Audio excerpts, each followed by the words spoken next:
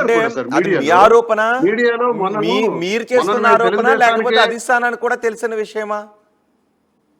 మేము తెలుగుదేశానికి చేశామని టీవీ9 లో ఒప్పుకున్నారు కూడా.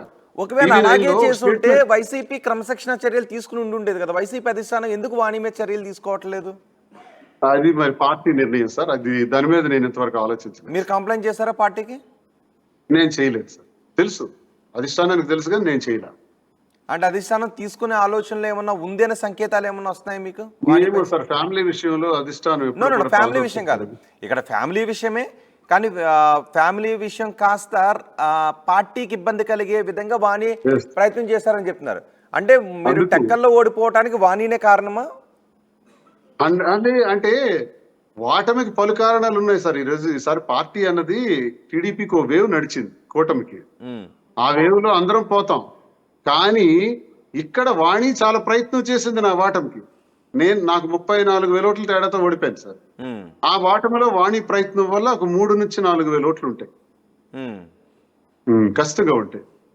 సో వాణి మీద అధిష్టానం చర్యలు తీసుకుంటుందని అనుకుంటున్నారా మీరు? చూడాలి సార్, తెలీదు. ఇవన్నీ ఇప్పుడు అన్ని బయటకు వచ్చాయి కదా సార్. తనే ఒప్పుకుంది టీవీ9 లో నేను టీడీపీకి చేశానని. ఉమ్. చాలా ఎవిడెన్స్ ఉన్నాయి. వాళ్ళ నాన్న కూడా టీడీపీకి చేశారని, టీడీపీ శిబిరంలో కూర్చున్నారు. ఇవన్నీ తెలిసినవే సార్. ఓకే. సో పార్టీ అధిష్టానం సో ఇంత గొడవ అయింది కాబట్టి ఈ గొడవ అంతా మీ పొలిటికల్ కెరియర్ మీద ఏదైనా ప్రభావం చూపిస్తుందని అనుకుంటున్నారా?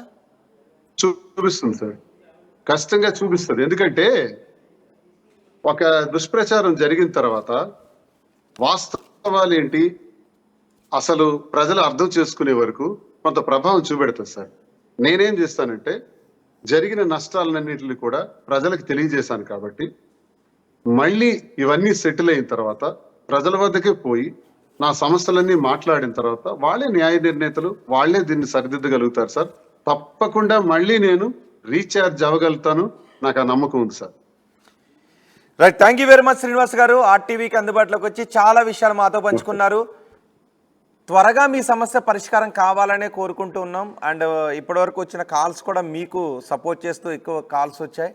అండ్ అందరూ కూడా కోరుకుంటుంది అదే, త్వరగా మీ సమస్య పరిష్కారం కావాలి అని కోరుకుంటున్నామని చెప్తున్నారు. కానీ వాణి మాత్రం ఎక్కడ అందుబాటులోకి రావట్లేదు. మరి ఇంత జరిగినప్పటికీ వాణి ఏం కోరుకుంటున్నారు అనేది మాట్లాడదాం అని అంటే వాణి ఎక్కడ కూడా ఫోన్ తీయట్లేదు. ఒకవేళ వాణి ఫోన్ తీస్తే వాణి గారిని కూడా ఇదే అడుగుతాం, మీ అసలు డిమాండ్ ఏంటి అని.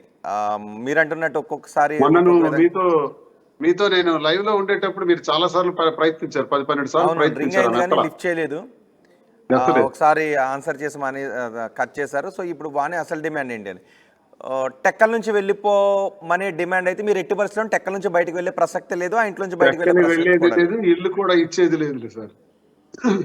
ఇల్లు కూడా ట్రాన్స్ఫర్ చేసేది లేదు, మిగతా ఆస్తులన్నీ ట్రాన్స్ఫర్ చేస్తాను.